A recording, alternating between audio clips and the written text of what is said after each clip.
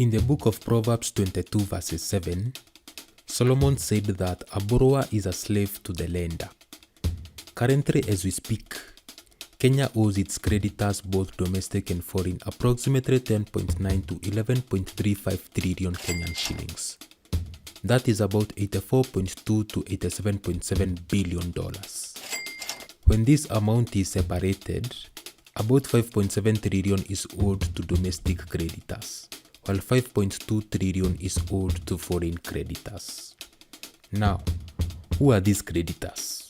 Let us start with domestic. See, the government of Kenya raises money through the taxes that it collects from its citizens. This money is what helps in the day-to-day running of the government. Sometimes the revenue that the government collects isn't enough to meet its obligations, and this is where it turns to borrowing. The first kind of borrowing is domestic borrowing.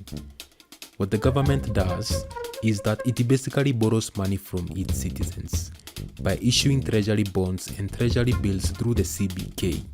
This enables local banks, financial institutions, and individual investors to loan money to the government for a specific period in return for semi-annual interest payments. When it comes to foreign borrowing, the Kenyan government borrows money from other governments, for example China. It also takes loans from international financial institutions like the World Bank and the IMF, and also issues bonds to the international capital markets.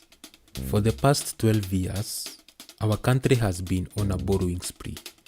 Our debt has grown from 2.4 trillion in 2013 to a staggering amount of 11 trillion in 2025. Much of our borrowing has been primarily for four main things. Number one is closing on budget deficit. The second is infrastructure development. The third one is paying off loans and interests. And the last one is stealing. Personally, I am not an economist, but these four things can easily tell you why we are heavily indebted as a country. When you look at the trend of our revenue collection starting from the 2013-2014 financial year, the growth has been very slow. Compare it with our budget. As you can see, there is a difference. Our spending has always been bigger than the money we make. What has helped us actualize our budgets over the years, it is the massive debts that we have been piling up. Some of these debts have also been used to finance infrastructure projects. For example, the SGR, Kenya's most expensive infrastructure project since independence, that costed us over 466 billion shillings. Financed by the Exim Bank of China, estimates show that it will take Kenya almost 40 years to finish with the repayments that started in 2023. China is the biggest bilateral creditor to Kenya. Chinese loans account for approximately 17% of Kenya's total external public debt.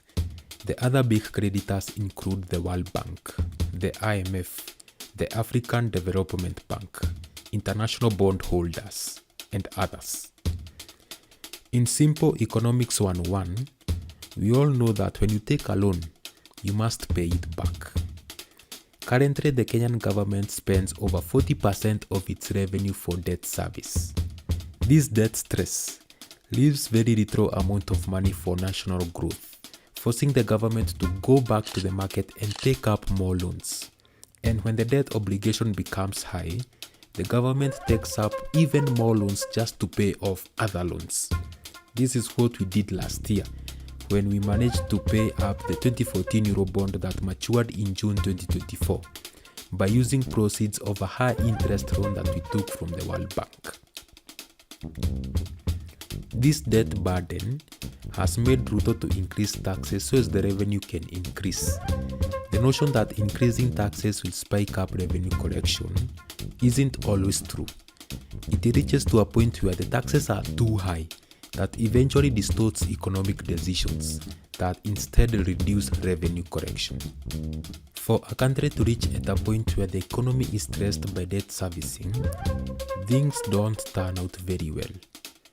Some recent examples are like Ghana and Sri Lanka. They were heavily in debt, but they kept on borrowing until they eventually defaulted. What followed was the devaluation of their currencies. Imports became expensive. That meant that basic commodities like food and fuel became scarce. Local bondholders got few or no interest payments. It became worse in Sri Lanka, where the government of the day was eventually ousted by the people. Recently, the president was in China for bilateral talks. What he will not say is that the main purpose for the trip was for debt restructuring. They say that the first sign of default is debt restructuring. In the beginning of this video, I said that a borrower is a slave to the lender. I close my case.